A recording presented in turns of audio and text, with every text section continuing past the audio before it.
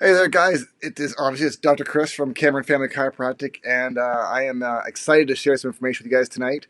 It's a Saturday night. I've just gone ahead and put my son down to bed and that. So tonight, I'm going to do is I'm going to share with you some really key, actionable things that you can do to prevent cancer.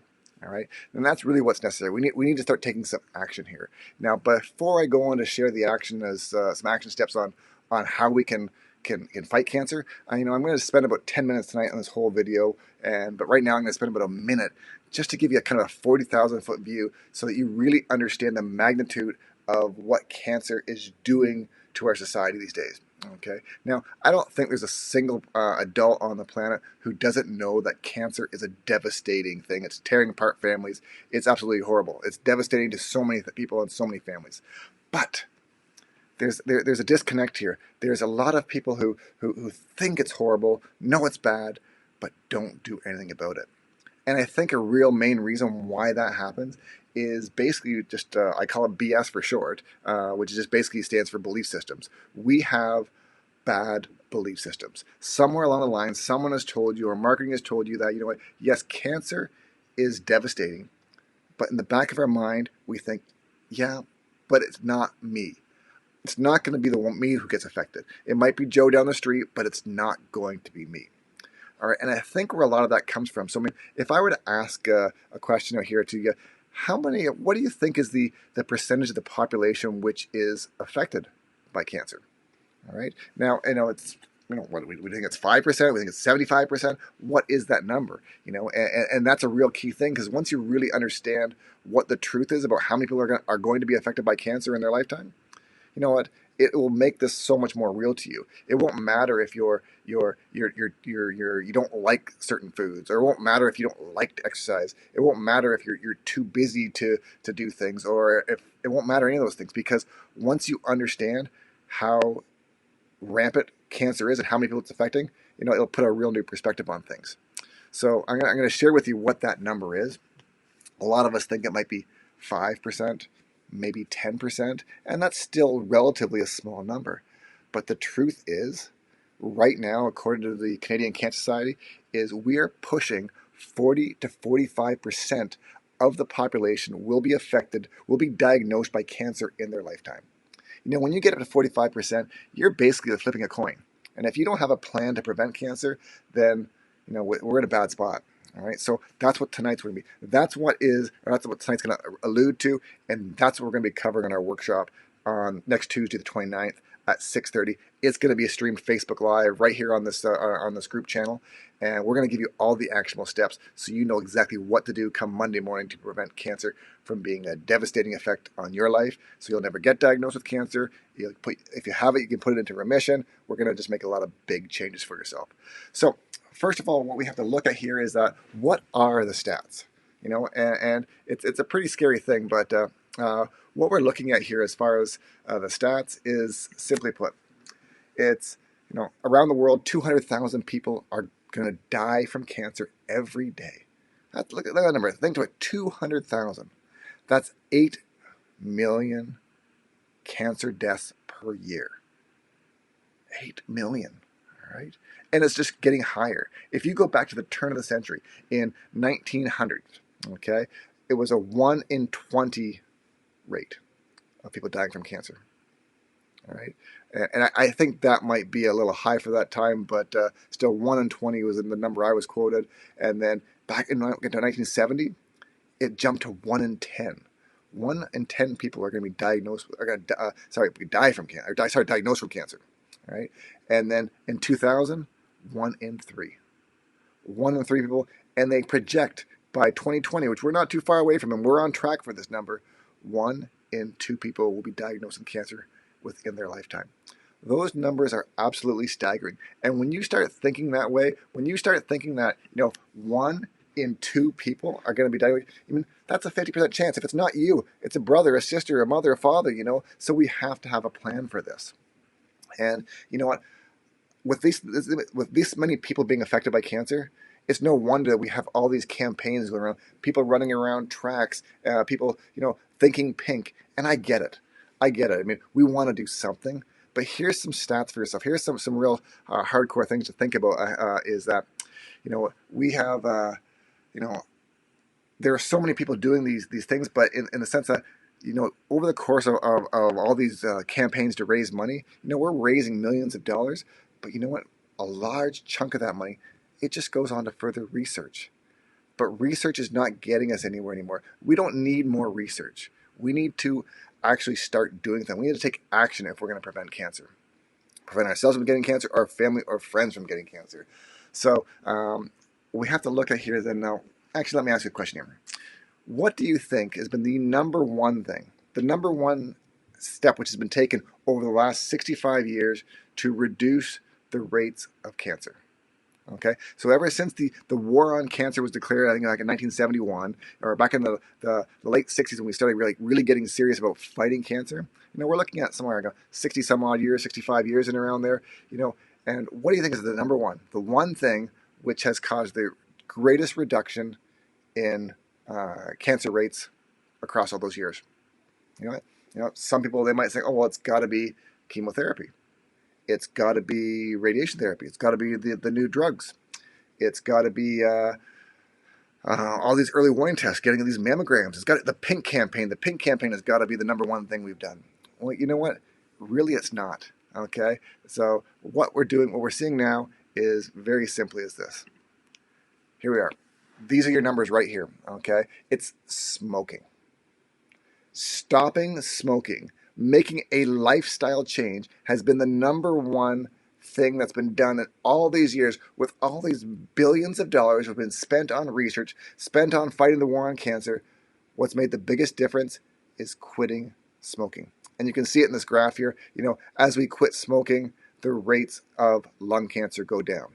All right. So, there has been so many things that have been done, but this is the number one. This is the biggest thing that's happened. It's a lifestyle factor. So why aren't we putting more funds, more time, more energy, more everything into prevention? All right, into making lifestyle changes, because that's what's going to make the difference in the long run.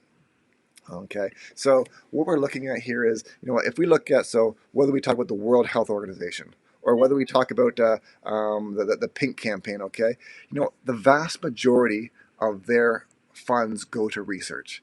The World Health Organization, 0.1% of all the money raised goes to prevention. All right, the rest of it goes to research. We don't need more research. We need actual action steps. We need prevention.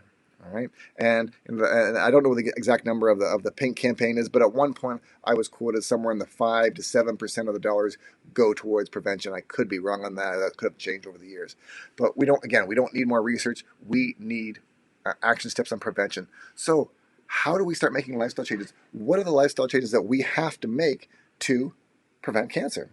And again, that's what we're going to really dive into next Tuesday, the 29th, on our Facebook Live workshop. How do we make it easy? How do we make it simple? Preventing, we make it very complex. So fighting cancer does not have to be complex. It's actually surprisingly, and please don't be insulted by this, but please, it's surprisingly easy to prevent cancer if we start now. Okay, if we start making small steps now, it's a lot easier than having to take large steps later. So we have to know, what are we going to be doing to fight cancer? All right, so here we are. Here's 4 steps, okay? This is how cancer works. And if we understand this, then you'll be able to really take some concrete action steps to prevent cancer in the future.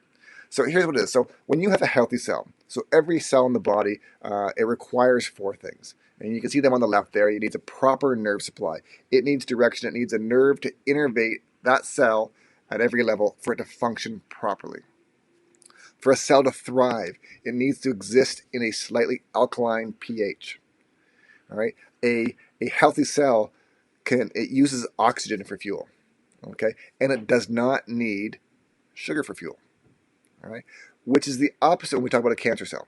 All right, you can see there, a cancer cell does not need nerve supply. In fact, a cancer cell will thrive when there is no nerve supply to that cell, because it goes unchecked. The immune system can't recognize it and start to attack it. A cancer cell needs an acidic environment. to thrive. All right, it cannot use oxygen. It is forced to use sugar for fuel. So a cancer cell needs sugar and it cannot use oxygen. And a cancer cell can only really exist in a inflammatory environment. So when you look at those things there, we can now direct our action steps on how we are going to fight cancer. Okay, so we basically look at this in the sense that the nerve supply, that's a chiropractic thing, and we're going to talk a bit about that on Monday night. But the primary part of the nervous system which fights cancer is the parasympathetic nervous system.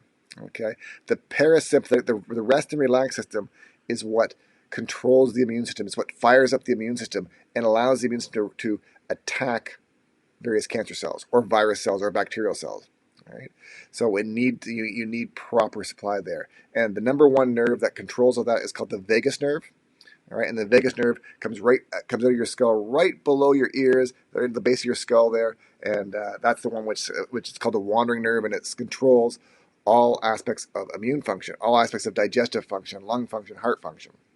So now let's move on to the next one, an alkaline environment. Okay, if you create an environment, so let's create an environment. We create an environment which is acidic, it has no nerve supply, and there's no oxygen and lots of sugar.